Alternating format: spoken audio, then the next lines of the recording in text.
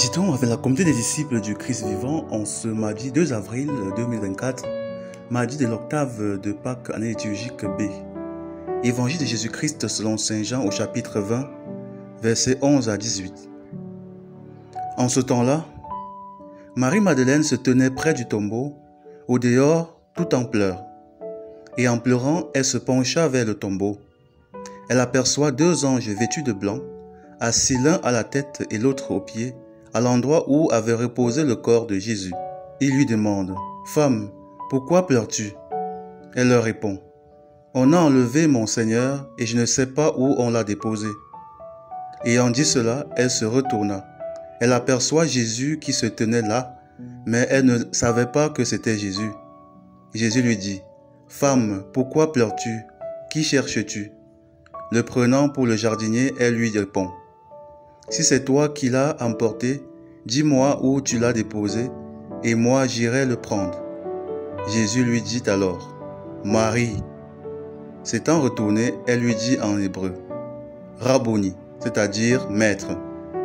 Jésus reprend, « Ne me retiens pas, car je ne suis pas encore monté vers le Père.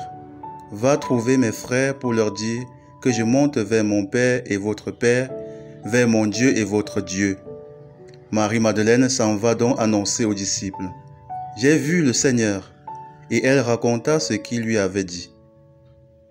Acclamons la parole de Dieu. Méditation. Frères et sœurs en Christ, que la grâce de notre Seigneur Jésus-Christ abonde dans chacune de nos vies. Ce matin, Marie de Madeleine, celle qui fut une grande pécheresse, est la première de ceux qui suivaient Jésus à le revoir après sa passion et sa mort. Elle entre au tombeau avec une grande tristesse, mais en ressort avec une grande joie, une grande foi et une nouvelle mission. En effet, Marie-Madeleine est très triste lorsqu'elle se rend au tombeau. Elle ne voit pas le corps de Jésus à l'endroit où il était posé. Elle ne peut pas faire son deuil. Les deux anges qu'elle retrouve autour de l'endroit où le corps du Seigneur était posé, elle ne les reconnaît pas. Sa tristesse l'aveugle, le désespoir l'empêche de voir ce qui pourtant est très visible. Jésus n'est pas là, il est ressuscité. Nous aussi, souvent, lorsque nous traversons des moments difficiles, des situations pénibles, nous devenons aveugles. Nos problèmes nous enlèvent la vue. Nous croyons que le Seigneur n'est pas là. Nous sommes tellement centrés sur notre problème, sur nos difficultés, que nous ne voyons plus les signes de la présence agissante de Dieu. À ces moments-là, beaucoup s'éloignent de Dieu ou alors se révoltent. Beaucoup perdent leur persévérance et s'en vont sur d'autres chemins. Beaucoup finissent par céder au péché et à la tentation, par répondre par oui aux séductions du monde. Pourtant, Dieu n'est jamais loin. C'est nous qui n'avons pas les yeux pour le voir. Marie-Madeleine voit Jésus et, aveuglée par sa peine, elle pense que c'est un jardinier. Mais le Seigneur parle à son cœur et elle le reconnaît. Elle dira plus tard aux disciples qu'elle a vu le Seigneur.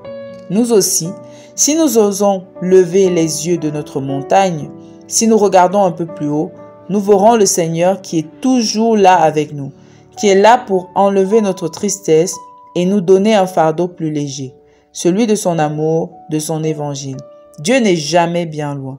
Il est toujours plus proche qu'on ne l'imaginait. Il est avec nous, en nous et agit au quotidien. Mais c'est à nous de le voir et de le reconnaître.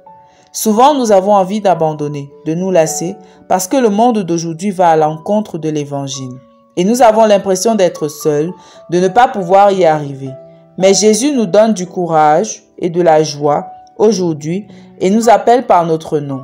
Il a appelé Marie. Il nous appelle par notre nom. Nous ne sommes pas seuls. C'est lui notre force et notre espérance. Revenons donc en nous-mêmes. Avons-nous l'impression que Jésus n'est pas ressuscité dans notre vie, que tout est mort autour de nous? Avons-nous l'impression de vivre au désert, de ne plus voir Dieu?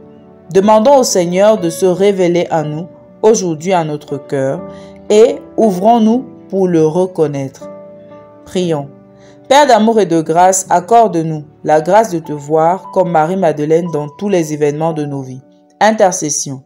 Pour tous ceux qui ont perdu un être cher, afin qu'en Dieu ils retrouvent la force d'avancer, et demeure dans l'espérance de la vie éternelle pour eux et pour les êtres disparus. Maman Marie, Mère du ressuscité, intercède pour nous. Exercice spirituel.